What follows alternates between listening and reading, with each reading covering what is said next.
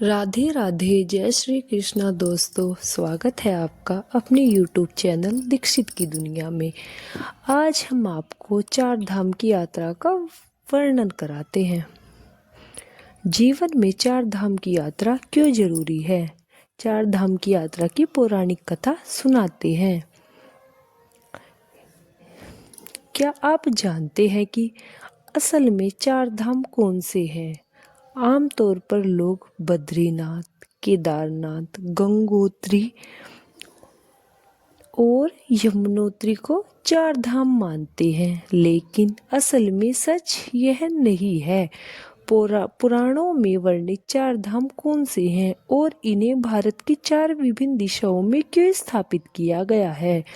दोस्तों, इस वीडियो में हम आपको बताएंगे कि चार धाम की यात्रा का क्या महत्व है, चार धाम की यात्रा करना क्यों जरूरी है और चार धाम की यात्रा करने से मोक्ष की प्राप्ति कैसे होती है। कहा जाता है कि इस कथा के श्रवण मात्र से भक्तों की सभी इच्छाएं पूरी हो जाती हैं। भारतीय धर्म ग्रंथों में बद्रीनाथ, रामेश्वर को चार धाम वर्णित किया गया है। पौराणिक कथाओं के अनुसार भगवान विष्णु जी की उपस्थिति चार धाम को अलग अलग रूपों में मान जाती है। ऐसा कहा जाता है कि रामेश्वर में भगवान विष्णु जी स्नान करते हैं, बद्रीनाथ में वे ध्यान करते हैं, पूरी जगन्नाथ धाम में वे भोग का आनंद लेते हैं और द्वारका में वे विश्राम करते हैं। तो चलिए मित्रों, रामेश्वर धाम से इस चार धाम की यात्रा की शुरुआत करते हैं। रामेश्वर एक पवित्र तीर्थ स्थान है जो तमिलनाडु के रामानाथपुरम जिले में है। रामेश्वर मंदिर बंगाल की खाड़ी और अरब सागर के संगम स्थल पर स्थित है। इस मंदिर की स्थापना की कथा सीधे रामायण काल से जुड़ी हुई है। मान्यता है कि जब भगवान श्री राम जी, लक्ष्मण जी, हनुमान जी और समस्त वानर सेनाओं के साथ लंका पर विजय के लिए प्रस्थान कर रहे थे, तब उन्होंने समुद्र तट पर शिवलिंग की स्थापना कर भगवान शिव जी की उपासना की थी। उनकी भक्ति से प्रसन्न होकर भगवान शिव जी ने उन्हें विजयश्री का आशीर्वाद दिया था। आशीर्वाद प्राप्त करने के बाद राम के भगवान शिव के अनुरोध किया था कि वे जन कल्याण के लिए सदैव इस शिवलिंग में ज्योतिर्लिंग के रूप में विराजमान रहे। इनकी इस भक्ति की पूर्ण स्थापना को भगवान शिव ने सहर्ष स्वीकार कर लिया था और तब से यह पवित्र शिवलिंग रामेश्वर ज्योतिर्लिंग के नाम से प्रसिद्ध हुआ।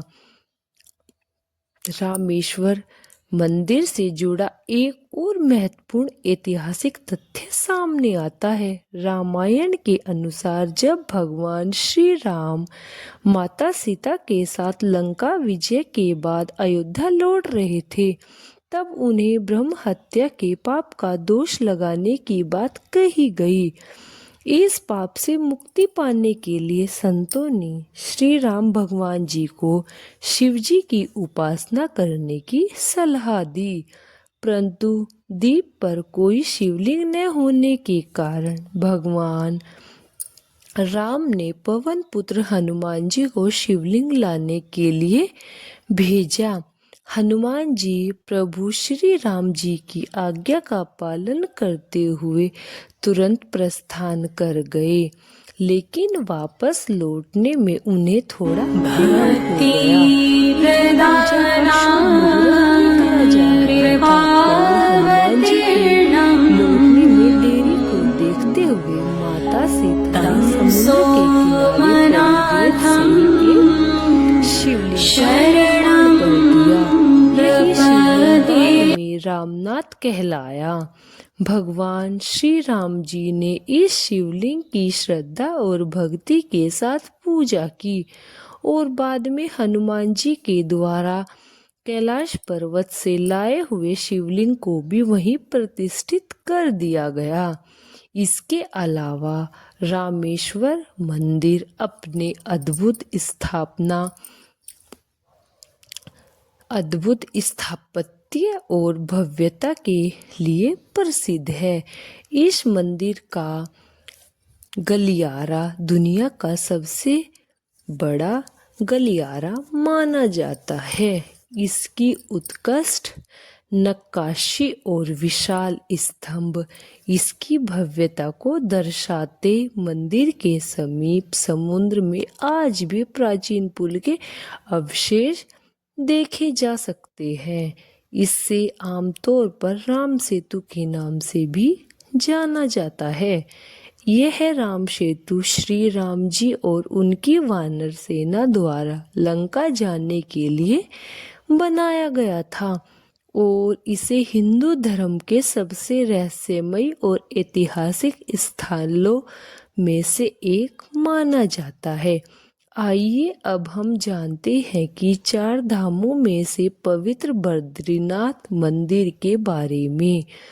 बद्रीनाथ मंदिर उत्तराखंड के चमोली जिले में अलकनंदा नदी के तट पर स्थित एक पवित्र तीर्थ स्थान है जो भगवान श्री विष्णु जी को समर्पित है।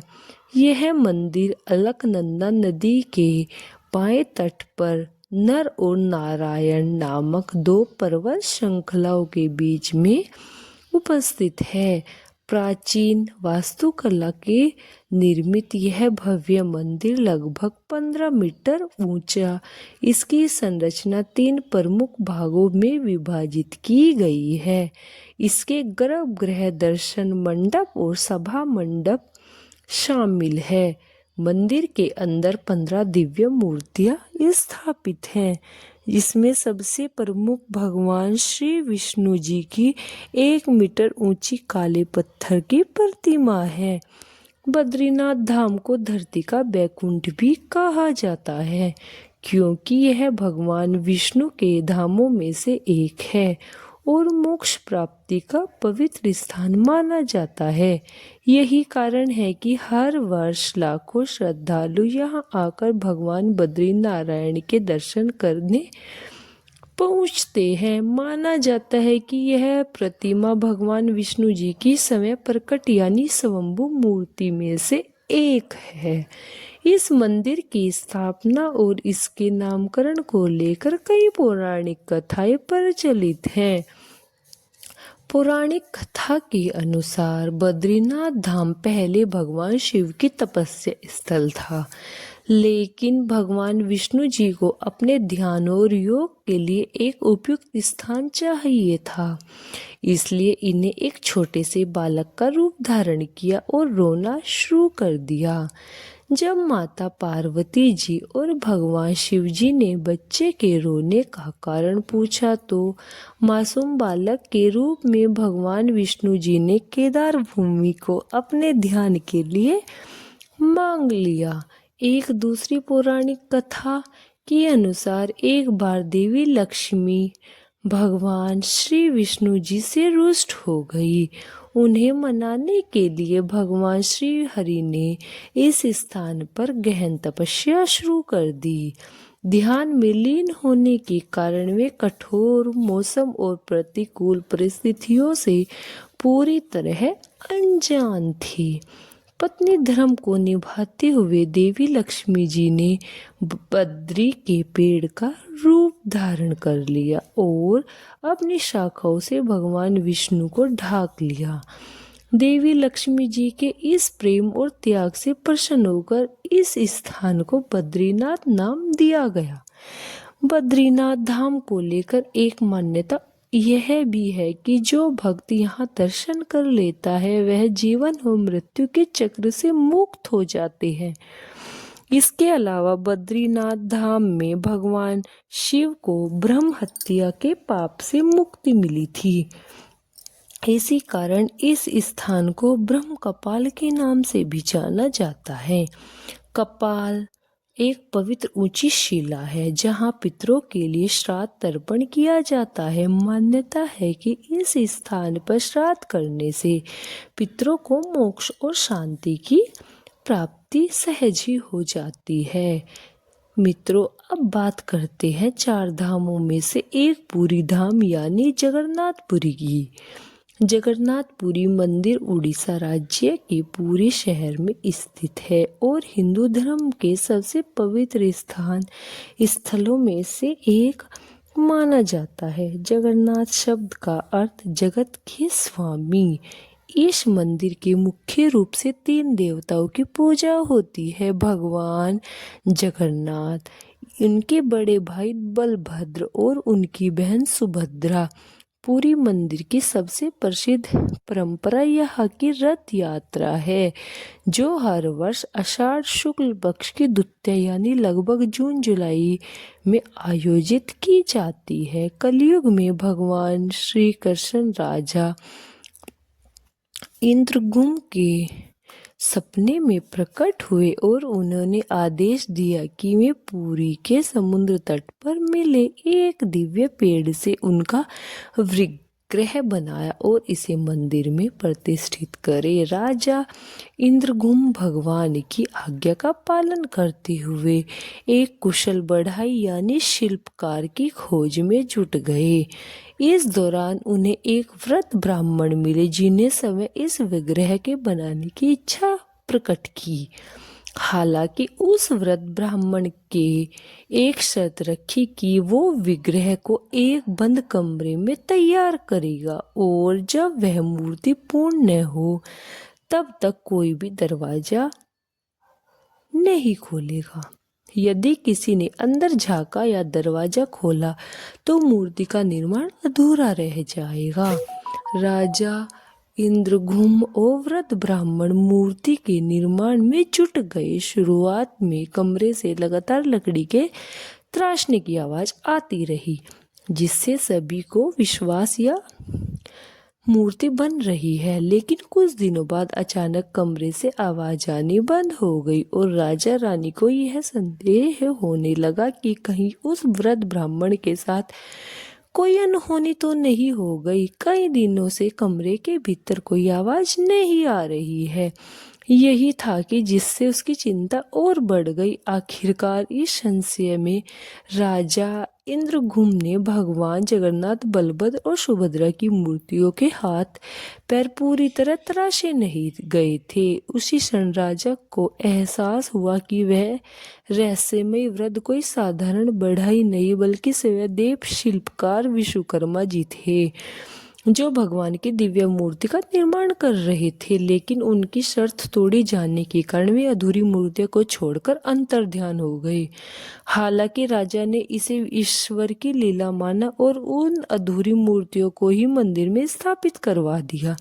यही कारण है कि जगन्नाथ मंदिर में अन्य मंदिरों की तरह पत्थर या धातु की मूर्तियां नहीं है बल्कि विशेष प्रकार की लकड़ी से बनी मूर्तियों की पूजा की जाती है। जगन्नाथ मंदिर भगवान विष्णु के 8वें अवतार श्री कृष्ण को समर्पित है। वर्तमान में जो मंदिर भक्तों को दिखाई देता है उसका निर्माण 7वीं शताब्दी में हुआ था। हालांकि इतिहास में यह मंदिर 3 बार टूट चुका है। इस मंदिर से जुड़ी सबसे आश्चर्यजनक बात यह है कि मंदिर के शिखर पर लगा ध्वज हमेशा हवा के विपरीत दिशा में ही उड़ता है। वैज्ञानिक दृष्टिकोण से इसका कोई ठोस प्रमाण अब तक नहीं प्राप्त हुआ है और यह आज भी एक रहस्य बना हुआ है। इसके अलावा मंदिर के शिखर पर स्थित सुदर्शन चक्र भी अपने आप में एक अद्वितीय है।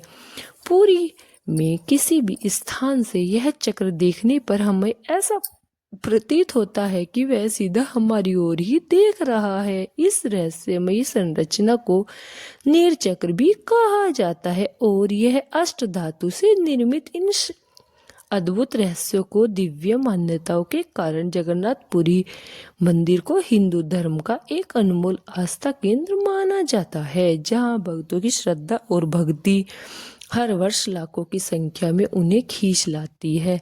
मित्रों, अब बात करते हैं चार धामों में से एक द्वारका मंदिर की। यह भव्य मंदिर भारत के पश्चिमी तट पर स्थित है।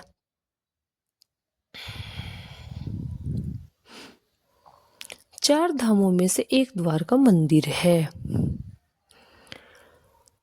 गुजरात में अरब सागर के किनारे स्थित द्वारका नगरी को भगवान श्री कृष्ण जी की पवित्र निवास स्थान माना जाता है। यह न केवल भगवान विष्णु के शासित राज्य के रूप में प्रसिद्ध है, बल्कि धार्मिक मान्यताओं के अनुसार भगवान विष्णु जी ने भी अपनी शंखासुर नामक राक्षस का वध किया था। मित्रों, आइए जानते हैं कि भगवान श्री कृष्ण ने द्वारका की स्थापना क्यों करनी पड़ी। इसके पीछे एक रोचक और ऐतिहासिक कथा छिपी हुई है। जब भगवान विष्णु ने मथुरा को अत्याचारी राजा कंस का वध किया तो कंस के ससुर मगध राजा जरासंध ने इस पर क्रोधित होकर यादव वंश का संहार करने का संकल्प ले लिया। इस अपने प्रतिशोध की आग में जलते हुए जरासंध बार बार मथुरा और यादवों का पर आक्रमण करता रहा, जिससे नगरवासियों को संकट का सामना करना पड़ा। और यादवों की सुरक्षा और शांति सुनिश्चित करने के लिए श्री कृष्ण जी ने मथुरा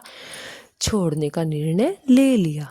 सभी यादवों में से एक रक्षित और नई नगरी बसाने के उद्देश्य से भगवान श्री कृष्ण जी विश्वकर्मा द्वारका नगरी की स्थापना का निर्देश दिया। विश्वकर्मा ने अपने दिव्य वास्तुशिल्प कौशल का प्रयोग करते हुए मात्र एक ही रात में इस भव्य और अभेद्य नगरी का निर्माण पूरा कर दिया।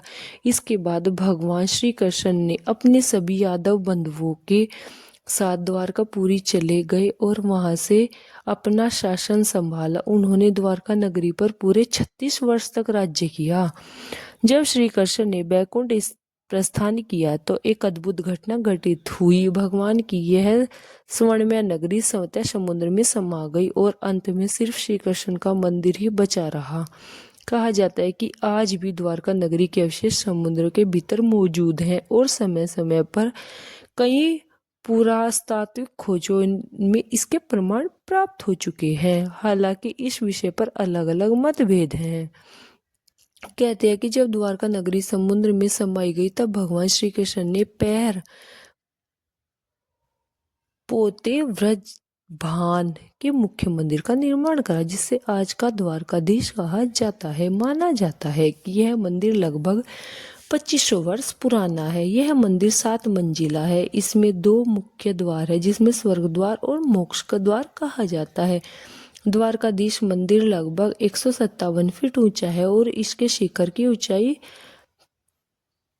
43 मीटर है। मंदिर के शिखर पर एक विशाल ध्वज लगा हुआ है, जिस पर सूर्य और चंद्रमा के प्रतीक अंकित हैं। इस ध्वज की सबसे अद्भुत विशेषता यह है कि यह इतना विशाल है कि 10 किलोमीटर की दूरी से भी इसे स्पष्ट रूप से देखा जाता है। इस पवित्र ध्वज को दिन में 3 बार बदला जाता है और यह परंपरा सदियों से चली होती आ रही है। हर बार ध्वज परिवर्तन के दौरान श्रद्धालु बड़ी संख्या में एकत्रित होते हैं और इसे देखने मात्र से समय को धन्य मानते हैं। तो मित्रों, अब आपको समझ ही आ गया होगा कि 4 धाम यात्रा सिर्फ एक तीर्थ नहीं बल्कि आत्मा शुद्धि, पाप मोचन और मोक्ष की प्राप्ति का मार्ग है। यह यात्रा हर हिंदू के जीवन में एक बार अवश्य होनी चाहिए, क्योंकि यह सिर्फ देव दर्शन नहीं बल्कि आत्मिक शांति और धर्म की गहराइयों को समझने का भी अवसर है। अगर आपको हमारी वीडियो अच्छी लगी हो तो हमारे चैनल को लाइक करें, सब्सक्राइब करें और कमेंट में हर हर महादेव लिखना ना भूलें।